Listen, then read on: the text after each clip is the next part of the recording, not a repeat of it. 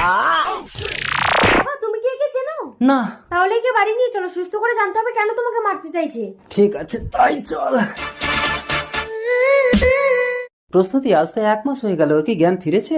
না বাবা, টানা 1 মাস তোমার সেবা করতে করতে আমি যে তোমাকে ভালোবেসে ফেলেছি।